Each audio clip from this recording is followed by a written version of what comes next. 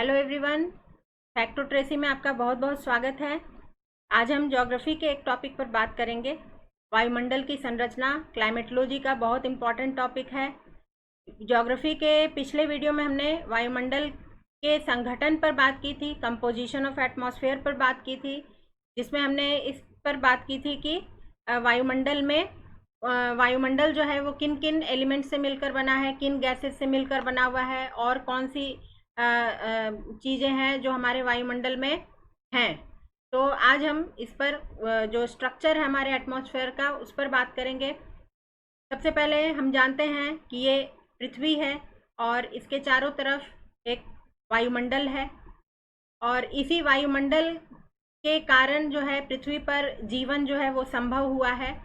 और हम एकमात्र अभी तक जो नोन इन्फॉर्मेशन है उसके अनुसार पृथ्वी एकमात्र ग्रह है जिस पर जीवन है।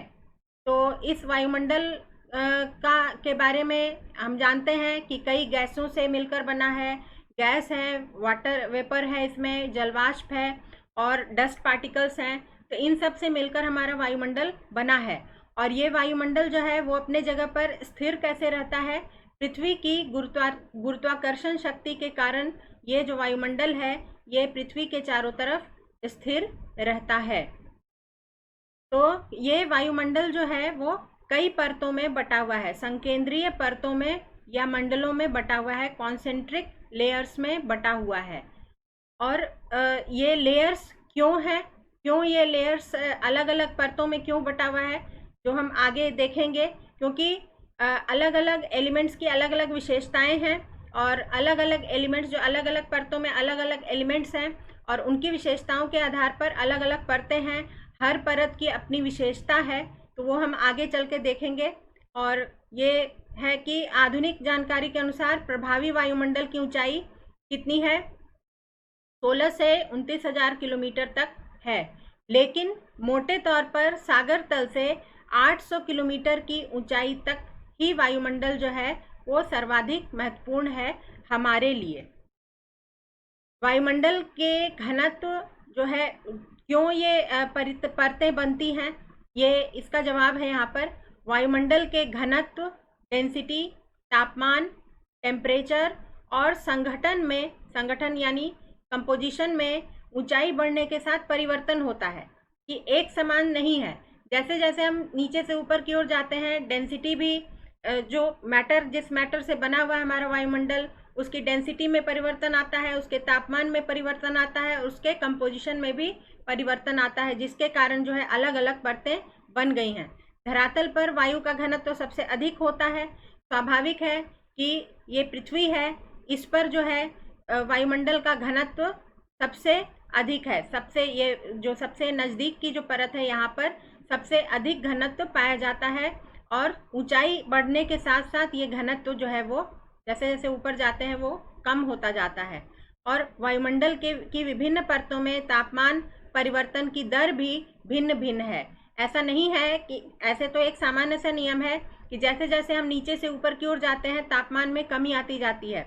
लेकिन जब हम आगे डिटेल में देखेंगे तो अलग अलग परतों में जो तापमान के घटने बढ़ने की दर है वो अलग अलग है। और ये भी है कि जो गैसों का सांद्रण है, यानी गैसों का जो कंसंट्रेशन है, जो सकल वायुमंडलीय द्रव्यमान है, जो एटमॉस्फेरिक जो वॉल्यूम है और वायु दाब है, तो इसका जो है इसका 50% हिस्सा जो है वो सिर्फ 5.6 किलोमीटर तक सीमित है। और वायुमंडल का 97% हिस्सा जो है वो मात्र 29 किलोमीटर तक की ऊंचाई तक ही सीमित है। यानी कि जो बाकी जो ज़्यादातर जो हमारे लिए इम्पॉर्टेंट है वो सारा हिस्सा जो है वो सिर्फ 29 किलोमीटर की ऊंचाई तक ही सीमित है। और उसके ऊपर वायुमंडल का सिर्फ 3% हिस्सा जो है वो फैला हुआ है। और धरातलीय सतह के निकट ऑक्सीजन जैसी भारी गैसों का सांद्रण होता है। यानी कि ऑक्सीजन जो है वो एक भारी गैस है और जो पृथ्वी के निकट जो है सबसे अधिक जो है वो भारी गैस है, क्योंकि इसलिए ऑक्सीजन का सबसे अधिक यहाँ पर कंसंट्रेशन है जिसके कारण जो है पृथ्वी पर जीवन संभव है। पृथ्वी की आंतरिक संरचना में भी हमने देखा था कि पृथ्वी की आंतरिक संरचना में क्या था कि पृथ्वी भी जो है वो अलग अलग परतों से में बटी हुई है।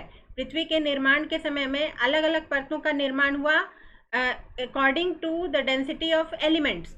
जैसे जैसे एलिमेंट्स जो हैं वो एक स्ट्रैटिफिकेशन करते गए, वैसे वैसे अलग अलग परतों का निर्माण होता गया। जो भारी एलिमेंट्स थे वो नीचे की ओर गए, जो हल्के एलिमेंट्स थे वो ऊपर की ओर आ गए। उसी तरह से वायुमंडल में भी है कि जो हल्की गैसें हैं, जो भारी गैसें हैं वो नीचे की ओर हैं उनका कंसंट्रेशन, और जैसे जैसे हम ऊपर की ओर जाते हैं वैसे वैसे हल्की गैसों की प्रधानता मिलती है। जैसे हाइड्रोजन है, हीलियम है, ये सब जो है ऊपरी परतों में मिलती है, और ऑक्सीजन कहाँ मिलता है? नीचे की परतों में मिलता है। वायुमंडल की परतीय संरचना को तापीय और रासायनिक विशेषताओं के आधार पर अलग अलग परतों में विभाजित किया गया है। जो परतें हैं उनको अलग अलग नाम दिया गया है। मुख्य रूप से 5 परतें हैं।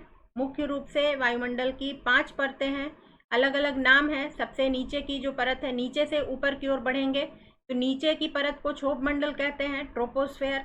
उसके ऊपर की परत को समताप मंडल या स्ट्रेटोस्फेयर, और उसके तीसरी परत जो है मध्य मंडल, मेसोस्फेयर, और चौथी परत है ताप मंडल, थर्मोस्फेयर, और 5वीं परत है बाह्य मंडल या आयतन मंडल, जिसको एक्सोस्फेयर कहते हैं। और ये दोनों जो है ये इनको नाम दिया गया है। जो कंपोजिशन ऑफ एटमॉस्फेयर है, जिन पदार्थों से बना है हमारा वायुमंडल, उसके समान वितरण या असमान वितरण के आधार पर ये 2 परतें बनाई गई हैं। जो सममंडल है उसमें जो है वायुमंडल का कंपोजिशन जो है वो एक समान रहता है, इसलिए उसको सममंडल कहते हैं। सम यानी समान, और जो जहाँ पर कंपोजिशन में अंतर आना शुरू हो जाता है वहाँ पर उसको विषम मंडल कहते हैं, यानी कि विषम यानी कि असमान। तो एक एक करके देखते हैं। सबसे पहले ये डायग्राम हम देखते हैं। ये डायग्राम जो है एक रिप्रेजेंटेशन है वायुमंडल का, और मोटे तौर पर अंदाज लगेगा कैसे कैसे परतें हैं। इसमें सबसे नीचे जो है ट्रोपोस्फेयर है। इस डायग्राम में इधर जो है ये हाइट दिखाई गई है और इधर जो है नीचे ये तापमान दिखाया गया है। तो इसमें जो है ट्रोपोस्फेयर है, सबसे निचली परत ट्रोपोस्फेयर, क्षोभ मंडल। यहाँ पर ये माउंट एवरेस्ट दिख रहा है, 8848 मीटर ऊंची चोटी है इसकी। उसके बाद यहाँ पर ये ट्रोपोपॉज है, यानी ये 10 किलोमीटर। ट्रोपोस्फेयर जो है मोटे तौर पर 13 किलोमीटर तक की ऊंचाई तक पाया जाता है। उसके बाद ये ट्रोपोपॉज क्या है?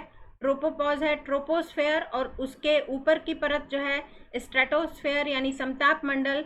इन दोनों परतों के बीच की सीमा है ट्रोपोपॉज। ट्रोपो है और पॉज यानी कि यहाँ पर समाप्त हो जाती है ट्रोपोस्फेयर की सीमा। तो हर 2 परतों के बीच में एक इस तरह की संक्रमण पट्टी है या संक्रमण पेटी है, एक ट्रांजिशन बेल्ट है जिसको एक नाम दिया गया है। यहाँ पर जो है स्ट्रेटोपॉज है, ऊपर फिर मेसोपॉज है। तो इस तरह से एक जो है बाउंड्री है 2 परतों के बीच में। तो सबसे निचली परत क्या है? ट्रोपोस्फेयर है।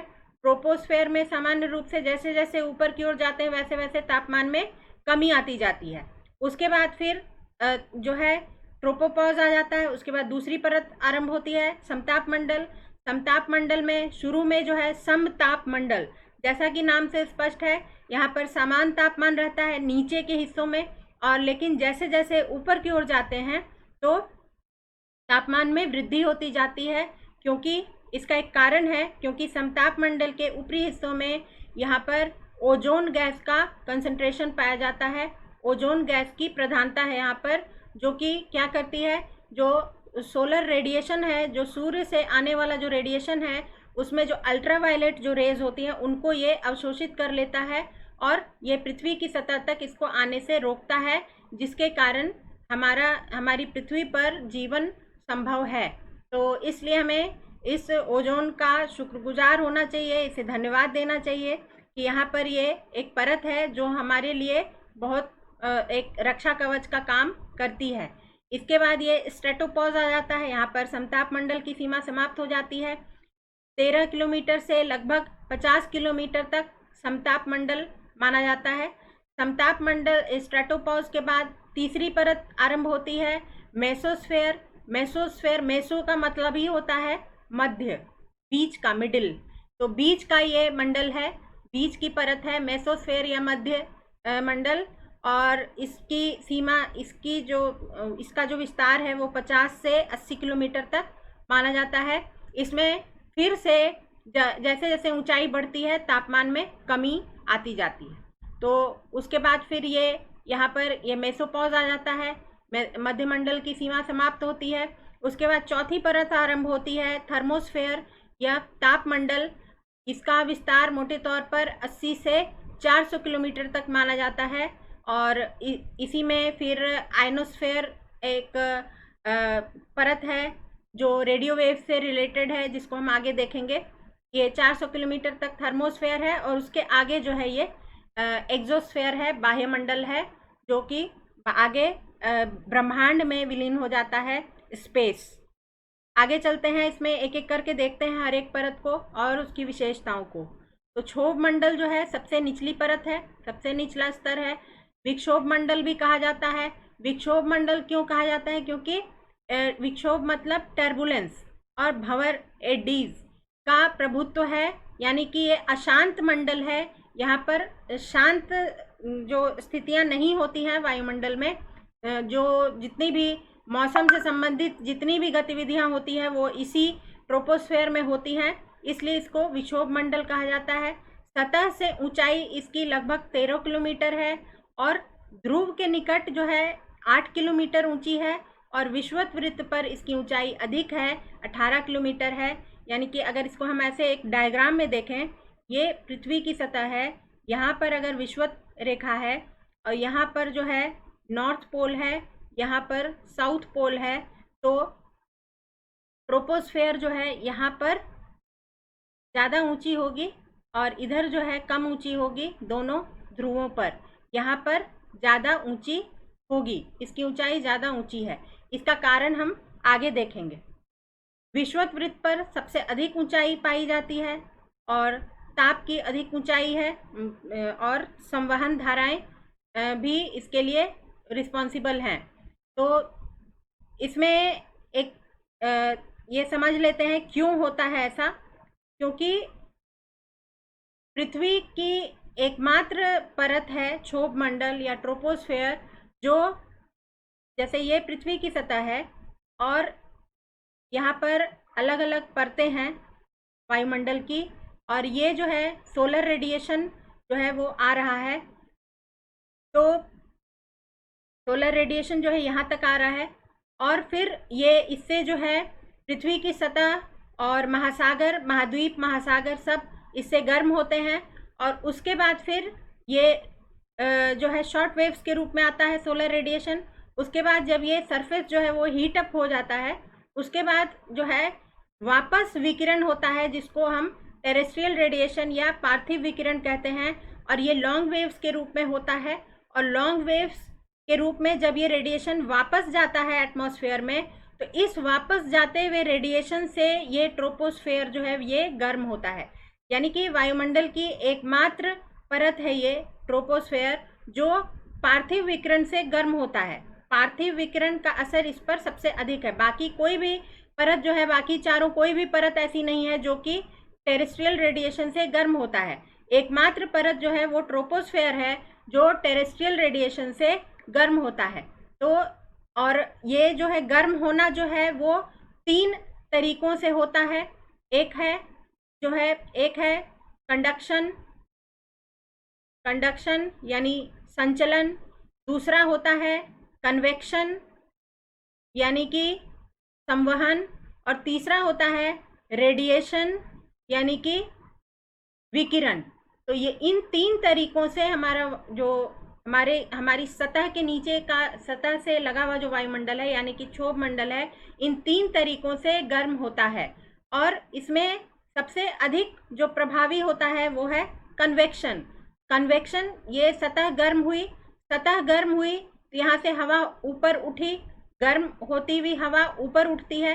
ऊपर उठने से ज़्यादा अगर गर्म हुई तो ज़्यादा ऊपर तक जाएगी, और कम गर्म हुई तो कम ऊपर तक जाएगी।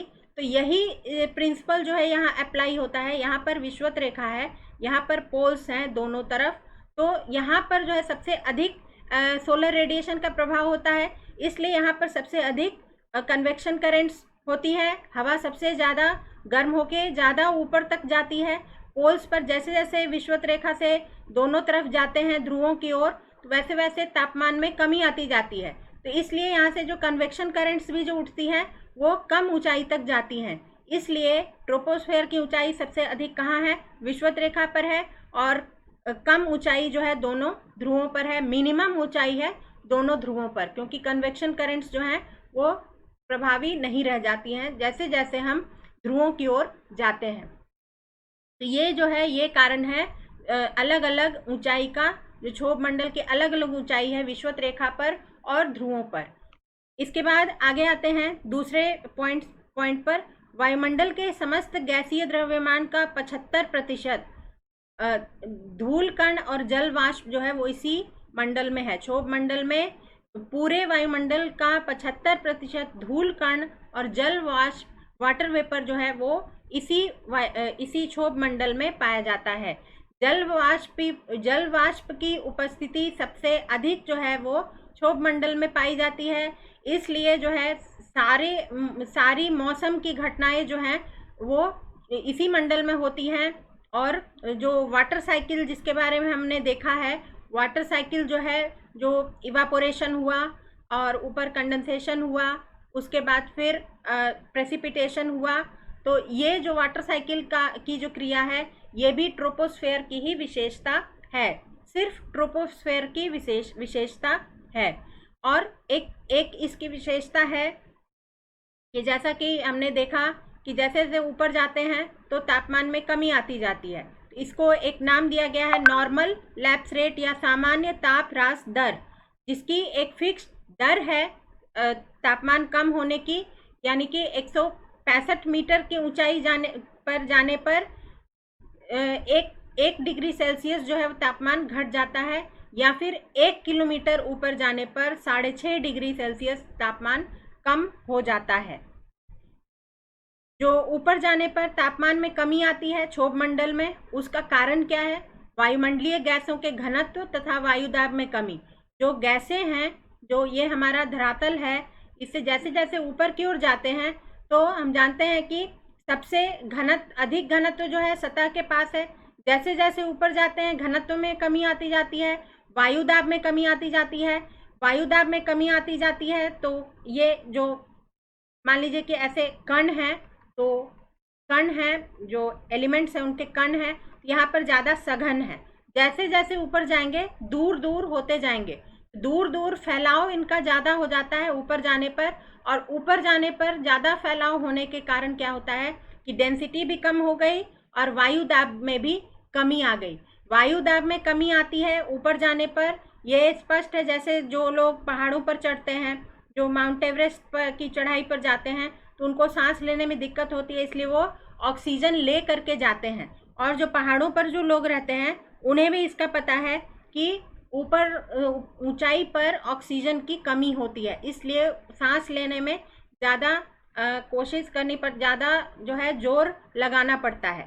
इसलिए ये जो है वायुदाब में कमी और गैसों के घनत्व में कमी आती है ऊपर जाने पर, ये स्पष्ट है।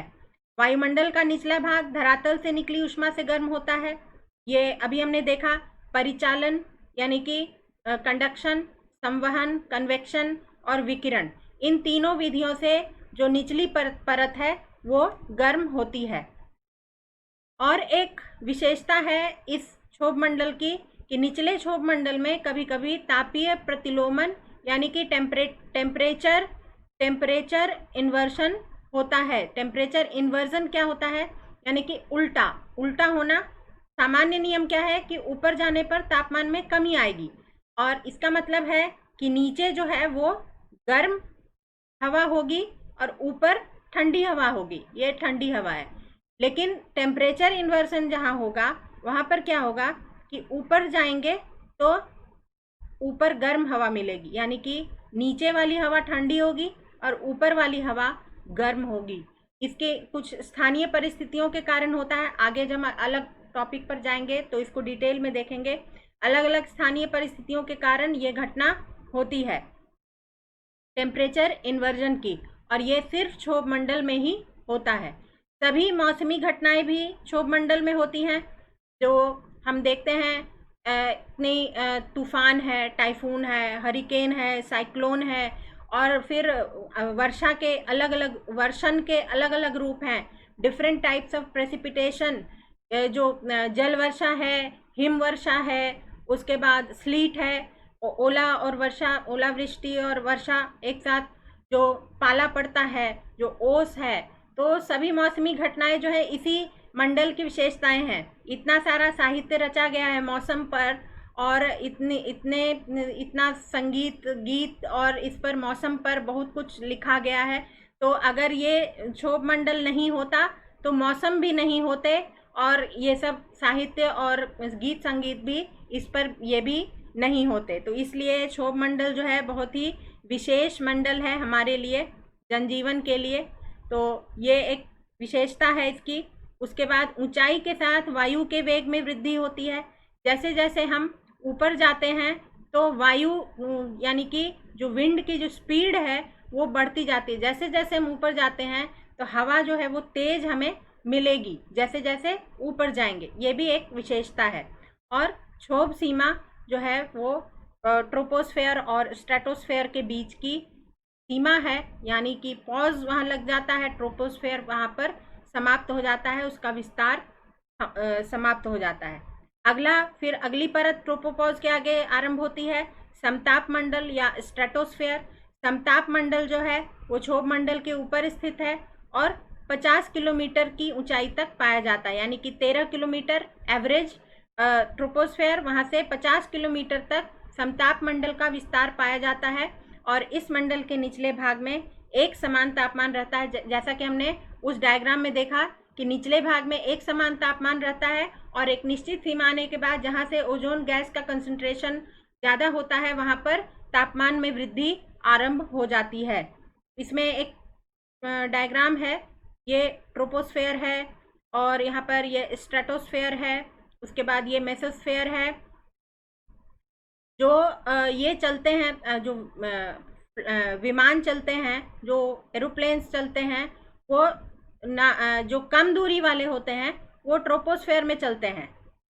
जो कम दूरी वाले विमान होते हैं वो ट्रोपोस्फेयर में चलते हैं। जैसे जब हम चलते हैं तो बादल दिखते हैं, तो इसलिए कम दूरी वाले विमान जो है वो ट्रोपोस्फेयर में चलते हैं। लेकिन जो अधिक दूरी वाले जो विमान हैं वो या सुपरसोनिक फ्लाइट्स जो हैं वो स्ट्रेटोस्फेयर की ऊंचाई तक जा करके तब वहाँ उस मंडल में चलते हैं, क्योंकि वहाँ पर उन्हें फ्रिक्शन जो है वो कम मिलता है, शांत परिस्थितियाँ होती हैं स्ट्रेटोस्फेयर में, इसलिए स्ट्रेटोस्फेयर में चलते हैं। उसके बाद ये जो मेसोस्फेयर में ये दिखाया गया है, जितने भी मेटियोर्स हैं, उल्का पिंड वगैरह जो हैं, ये सब जो आती हैं यहाँ पर समाप्त हो जाती हैं, जल करके ये इनका अस्तित्व खत्म हो जाता है। आगे देखेंगे हम। तो समताप मंडल में क्या होता है? समताप मंडल में ऊंचाई के साथ तापमान में वृद्धि होती है। ओजोन गैस द्वारा पराबैंगनी किरणों के अवशोषण के कारण ऐसा होता है, और ओजोन की अत्यधिक सघनता वाले निचले हिस्से को ओजोन मंडल कहते हैं। यानी कि जो ये मान लीजिए कि ये ओजोन की पट्टी है, उसमें भी जो ये नीचे वाला जो हिस्सा होता है, यहाँ पर ओजोन गैस का कंसंट्रेशन सबसे अधिक होता है। लगभग 50 किलोमीटर की ऊंचाई पर तापमान में फिर से गिरावट आरंभ हो जाती है। यानी कि ट्रोपोस्फेयर में हमने देखा कि ऊंचाई बढ़ने पर तापमान कम होता जाता है, समताप मंडल में कुछ समय तक स्थिर रहता है, फिर बढ़ता जाता है। फिर से जब स्ट्रेटोस्पॉज आता है तो उसके बाद फिर जब उसकी अगली परत आरंभ होती है तो फिर से तापमान में गिरावट आरंभ हो जाती है, और ये समताप मंडल की अंतिम सीमा होती है जिसे स्ट्रेटोस्पॉज कहते हैं, और इसके ऊपर तापमान पुनः कम होने लगता है। स्ट्रेटोस्फेयर की एक विशेषता है कि ध्रुवों पर समताप मंडल की मोटाई सबसे अधिक, ये बहुत इम्पॉर्टेंट फैक्ट है, ध्रुवों पर समताप मंडल की मोटाई सबसे अधिक और विषुवत रेखा पर न्यूनतम होती है। ये ट्रोपोस्फेयर का ठीक उल्टा है। ट्रोपोस्फेयर जो है वो ध्रुवों पर कम मोटा था और विषुवत रेखा पर अधिक मोटा था, जबकि समताप मंडल जो है वो ध्रुवों पर अधिक मोटा है और विषुवत रेखा पर कम मोटा है। और इसका कारण जो है वो ओजोन गैस से जुड़ा हुआ है, क्योंकि कुछ प्रक्रियाएं होती हैं डिटेल में यहाँ पर बताने से यहाँ पर काफ़ी समय लग जाएगा, आगे हम इसे डील करेंगे। तो ओजोन गैस का कंसंट्रेशन जो है वो, इसका कारण यह है कि ओजोन गैस का कंसंट्रेशन जो है वो दोनों ध्रुवों पर सबसे अधिक होता है, दोनों ध्रुवों पर सबसे अधिक होता है। और ओजोन गैस के वितरण से ही इस मंडल की मोटाई जो है वो निर्धारित होती है। दोनों ध्रुवों पर ओजोन गैस का कंसंट्रेशन अधिक है और इसका कारण जो है वो दोनों ध्रुवों पर जो लंबी रातें होती हैं, 6 महीने का दिन और 6 महीने की रात सुना होगा आपने, तो उसमें जो है सूर्य की किरणें नहीं पहुंच पाती हैं, ओजोन गैस को स्प्लिट नहीं कर पाती हैं।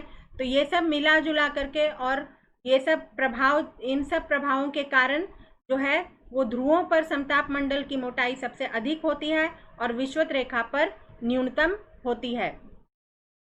लेकिन ये वायुमंडल में रासायनिक यौगिकों जैसे क्लोरोफ्लोरोकार्बन CFC का उत्सर्जन ओजोन परत के लिए एक गंभीर खतरा बन गया है, हम सभी जानते हैं। पर्यावरणीय समस्या है और ये ओजोन होल बन रहा है। ओजोन होल क्या है कि ये जैसे अर्थ है, ये एटमॉस्फेयर है, ओजोन लेयर है। ओजोन लेयर जो है वो रोकती है अल्ट्रावायलेट रेज को, लेकिन जहाँ पर CFC के कारण ओजोन गैस जो है उसका प्रभाव समाप्त होगा, तो वहाँ पर रेडिएशन जो है पृथ्वी की सतह तक पहुँचेगा और ये ओजोन होल जैसा काम करेगा। तो ये एक समस्या है। उसके बाद तीसरी परत है वो मध्यमंडल है। मध्यमंडल समताप मंडल के ठीक ऊपर है, 50 से 80 किलोमीटर की ऊंचाई तक पाया जाता है और इस मंडल में भी ऊंचाई के साथ साथ तापमान में कमी होती है। 80 किलोमीटर की ऊंचाई तक पहुंचकर कितना हो जाता है तापमान, -100 डिग्री सेल्सियस तक हो जाता है। मध्यमंडल की ऊपरी सीमा को मेसोपॉज के नाम से जाना जाता है। मेसोपॉज, ये फिर संक्रमण पट्टी आ गई। मेसोपॉज और उसके ऊपर जो थर्मोस्फेयर होता है, दोनों के बीच की पट्टी। वायुमंडल में सबसे ठंडा मंडल है ये मेसोपॉज, -100 डिग्री सेल्सियस। मेसोपॉज आमतौर पर 100 किलोमीटर की ऊंचाई पर होता है और इस मंडल में ध्रुवों के ऊपर गर्मियों में नॉक्टिलुसेंट बादल पाए जाते हैं। नॉक्टिलुसेंट बादल जो हैं ये जो किसी तरह से अगर कुछ मॉइस्चर जो है वो मेसोस्फेयर तक, उस ऊंचाई तक 100 किलोमीटर, 80-90 किलोमीटर तक पहुंच जाता है कुछ मॉइस्चर, तो उसके कारण ये नॉक्टिलुसेंट बादल बन जाते हैं।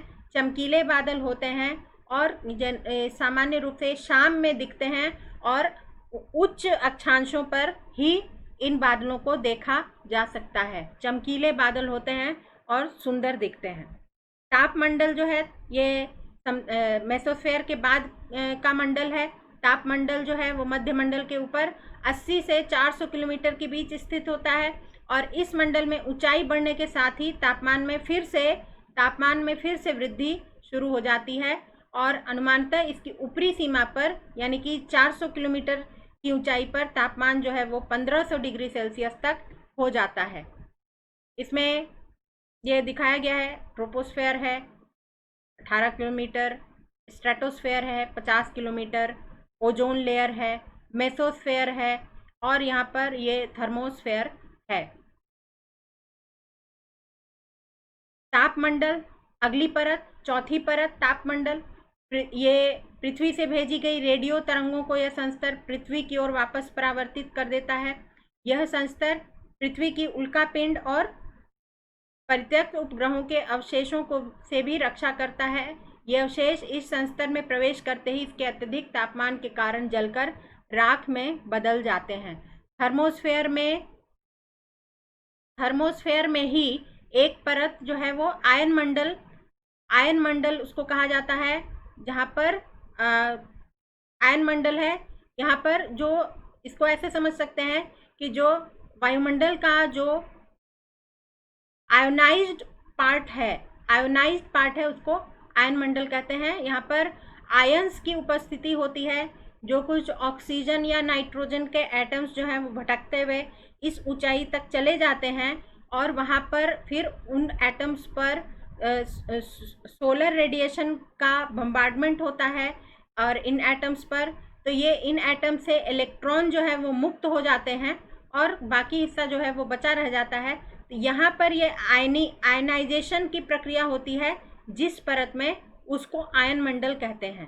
तो प्रकृति ने हर तरह की व्यवस्था कर रखी है हमारे लिए, अलग अलग परतों की अलग अलग विशेषता है, जिसके कारण जो अलग अलग प्रभाव होते हैं। और पृथ्वी ऐसे ही एकमात्र ग्रह नहीं है जहाँ पर जीवन संभव हो पाया है अभी तक जो जानकारी है। तो इसमें विद्युत आवेशित कण पाए जाते हैं जिन्हें आयन कहा जाता है।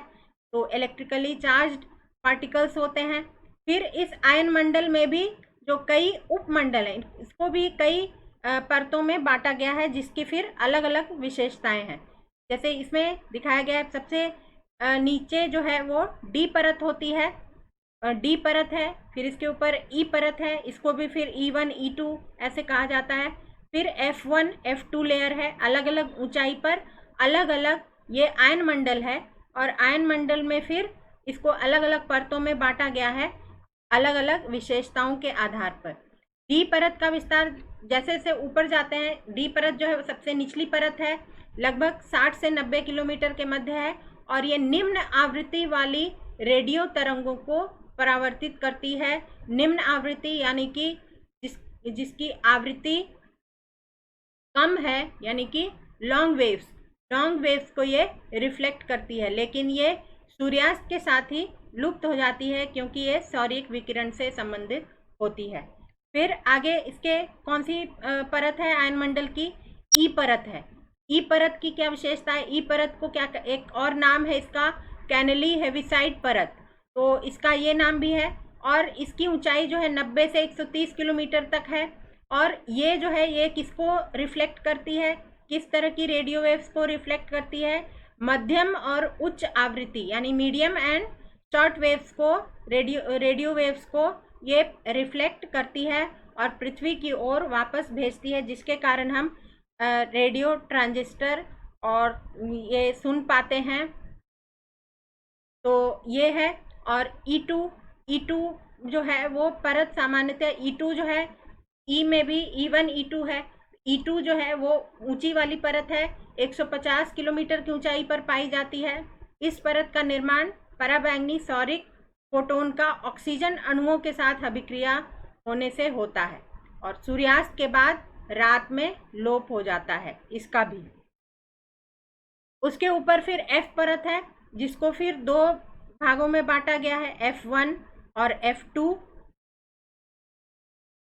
F1 और F2 ये दो परतें हैं। इनको सम्मिलित रूप से क्या कहा जाता है? एप्लीटन लेयर के नाम से जाना जाता है और इसकी ऊंचाई जो है 150 से 380 किलोमीटर तक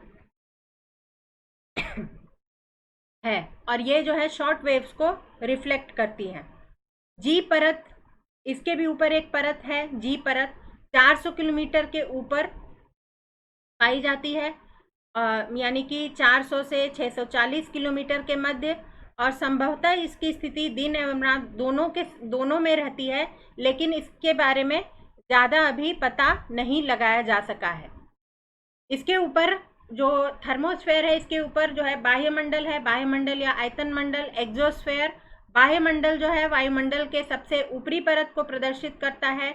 यहाँ गैसों का घनत्व अत्यंत कम हो जाता है और वायुमंडल अत्यंत विरल हो जाने के कारण निहारिका जैसा प्रतीत होता है और पृथ्वी के मैग्नेटिक फील्ड द्वारा आकर्षित आवेशित कण पाए जाते हैं। कुछ कण वहाँ पर पाए जाते हैं जो पृथ्वी के मैग्नेटिक फील्ड के कारण ही वहाँ पर बने हुए रहते हैं, नहीं तो बाह्यमंडल जो है बहुत ज़्यादा रेरिफाइड है, बहुत ज़्यादा घनत्व तो कम है और बहुत हल्की गैसें ही वहाँ पर पाई जाती हैं, जैसे कि हाइड्रोजन, हीलियम जैसी गैसें वहाँ पर पाई जाती हैं। और इसके बाहर जो है वो क्या आरंभ हो जाता है? स्पेस आरंभ हो जाता है। यानी कि अगर हम देखें इस मंडल की महत्वपूर्ण विशेषता, इसमें एक विशेषता है ऑरोरा बोरियालिस और उत्तरी अक्षांशीय ध्रुवीय ज्योति और ऑरोरा ऑस्ट्रालिस या दक्षिणी अक्षांश ध्रुवीय ज्योति नामक घटनाएं इसी मंडल में होती हैं। यानी कि इसको ऐसे समझ सकते हैं कि कुछ आवेशित कण जो होते हैं उसके कारण कुछ प्रकाश जैसी घटना होती है, प्रकाश दिखता है। और ये प्रकाश कहाँ दिखता है? ये ध्रुवों पर दिखता है, नॉर्थ पोल और साउथ पोल। नॉर्थ पोल पर जो प्रकाश दिखता है, ये जो प्रक्रिया होती है, इसको बोलते हैं ऑरोरा बोरियालिस। और जो साउथ पोल पर जो प्रक्रिया, जो प्रकाश दिखता है, उसको कहते हैं ऑरोरा ऑस्ट्रालिस। अगर ऑस्ट्रालिस का अर्थ देखें तो ऑस्ट्रालिस का अर्थ होता है दक्षिण, इसलिए जो ऑस्ट्रेलिया जो महाद्वीप है वो दक्षिण में है, दक्षिणी गोलार्ध में है। ऑस्ट्रालिस का शाब्दिक अर्थ जो होता है, डिक्शनरी में अगर देखा जाए तो इसका अर्थ होता है साउथ या दक्षिण। तो ऑरोरा बोरियालिस उत्तरी गोलार्ध पर दिखता है, जो आवेशित कणों से उत्पन्न जो प्रकाश होता है, बहुत ज़्यादा सुंदर घटना है। और जो ऑरोरा ऑस्ट्रालिस है वो दक्षिणी गोलार्ध पर दिखता है। अब देखते हैं सममंडल और विषम मंडल। ये वायुमंडल के कंपोजिशन के आधार पर ये पूरे वायुमंडल को दो भागों में विभाजित किया गया है। ये निचले वायुमंडल को प्रदर्शित करता है सममंडल, और पृथ्वी की सतह से 90 किलोमीटर तक विस्तृत है। इसमें 3 परतें आती हैं, क्षोभ मंडल सबसे निचली परत, दूसरी परत समताप मंडल और तीसरी परत मध्य मंडल। ये तीनों परतें मिलाकर सममंडल में आती हैं, क्योंकि इसमें इन तीनों में जो कंपोजिशन है, जिन एलिमेंट से मिलकर बना है हमारा वायुमंडल, इसमें जैसे जो हमने पढ़ा था कि जैसे नाइट्रोजन 78% है, ऑक्सीजन 21% है लगभग, आर्गन है, कार्बन डाइऑक्साइड है। तो इनका जो कंपोजिशन है, इनका जो प्रतिशत है वो स्थिर रहता है, लगभग स्थिर रहता है, इसमें कोई चेंज नहीं आता है। तो इसलिए जो इन तीनों को रखा गया है सममंडल में, होमो यानी समान सममंडल। और इस मंडल को सममंडल इसलिए कहा जाता है क्योंकि इसमें सभी गैसों का अनुपात प्रायः एक जैसा रहता है। और इसके आगे है विषम मंडल। इसका विस्तार जो है 90 किलोमीटर से 10,000 किलोमीटर तक है। और इस मंडल की विभिन्न परतों में रासायनिक और भौतिक गुणों में अंतर पाया जाता है, काफ़ी अंतर पाया जाता है, एक सी परिस्थितियां नहीं हैं इसमें। और जैसे जैसे ऊंचाई बढ़ती है तापमान में भी वृद्धि होती जाती है, क्योंकि सूर्य से और नज़दीक होता है ये हिस्सा, और ये थर्मोस्फेयर के रूप में जाना जाता है। तो इसमें जैसे एक और तथ्य हमें मेरे ध्यान में आ रहा है, तो ये आपको ध्यान में मैं दिला दूं। जैसे जो हमारा जो सैटेलाइट होता है, जो ये पृथ्वी की सतह है, तो एक होता है IRS जो 1000 किलोमीटर की ऊंचाई पर जिसको स्थापित किया जाता है। ये मान लीजिए कि ये सैटेलाइट है, तो ये 1000 किलोमीटर की ऊंचाई पर इसको स्थापित किया जाता है। और एक होता है GRS जो कि 36,000 किलोमीटर की ऊंचाई पर जिसको स्थापित किया जाता है। तो ये जो IRS होता है, ये दोनों पोल्स के ऊपर से इस तरह से ये पृथ्वी के चारों तरफ, या इसको ऐसे देखते हैं, ये पृथ्वी है, तो यहाँ पर ये नॉर्थ पोल है और ये साउथ पोल है। तो इसके चारों तरफ जो है ये ऐसे ऐसे चक्कर लगाता है 1000 किलोमीटर की ऊंचाई पर। और जो 36,000 किलोमीटर की ऊंचाई पर जो सैटेलाइट होता है, ये जियो स्टेशनरी सैटेलाइट होता है, और इसको पृथ्वी के ऊपर एक निश्चित जगह पर स्थिर ये होता है, ये स्थिर होता है, ये स्थिर है। और पृथ्वी जो घूम रही है, रोटेट कर रही है, तो अलग अलग हिस्सों को ये स्कैन करता है, अलग अलग हिस्सों के बारे में जानकारी एकत्र करता है। तो यहाँ पर ये जियो स्टेशनरी है, ये स्टेशनरी है, ये स्थिर है, और ये जो IRS है ये घूमता है।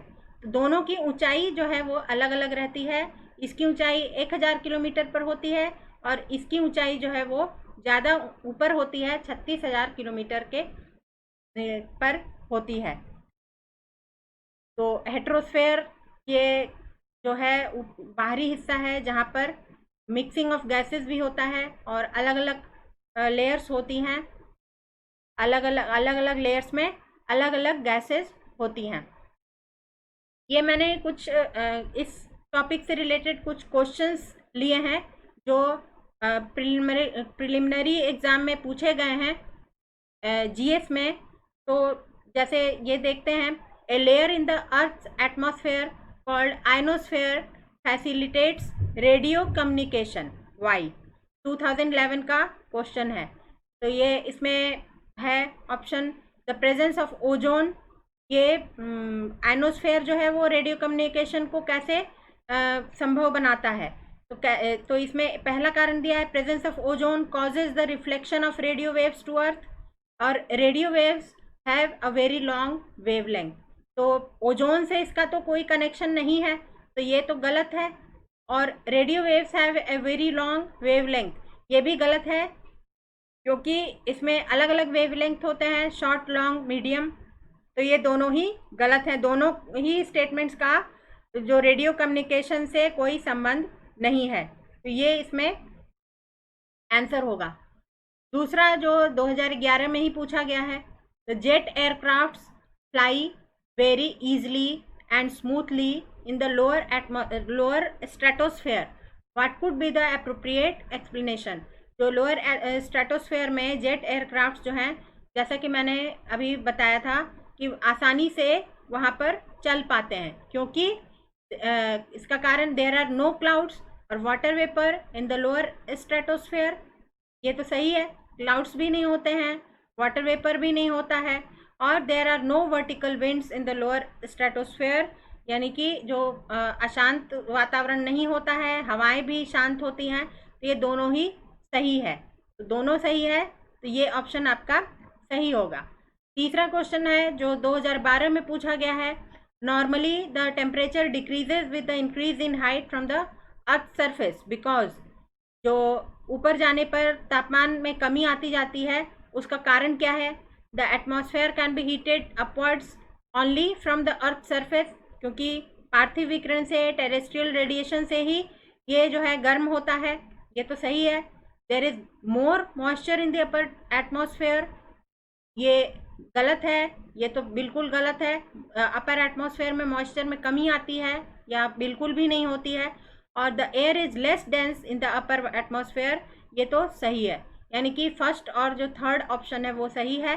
तो ये 1 और 3 ओनली, ये आपका सही होगा। ये इस तरह से क्वेश्चंस पूछे जाते हैं। तो आशा है आपको अच्छा लगा होगा ये वीडियो, ये टॉपिक जो है क्लियर हुआ होगा। और अगर अच्छा लगा तो आप प्लीज़ इस चैनल को सब्सक्राइब करिए और लाइक करिए, शेयर करिए, कमेंट करिए और इस पर रेगुलर बने रहिए, जिससे और मैं आगे और अच्छे वीडियोस करंट अफेयर्स पर, ज्योग्राफी पर, या फिर कुछ भी जो भी मेरे विचार हैं वो मैं आपसे शेयर करती रहती हूँ। तो इस चैनल को सब्सक्राइब करिए और तब तक के आगे अगले वीडियो में फिर से मैं एक नए टॉपिक के साथ उपस्थित होंगी। तब तक के लिए गुड बाय और बहुत बहुत धन्यवाद अपना इतना समय देने के लिए और इस वीडियो को देखने के लिए। Thank you very much।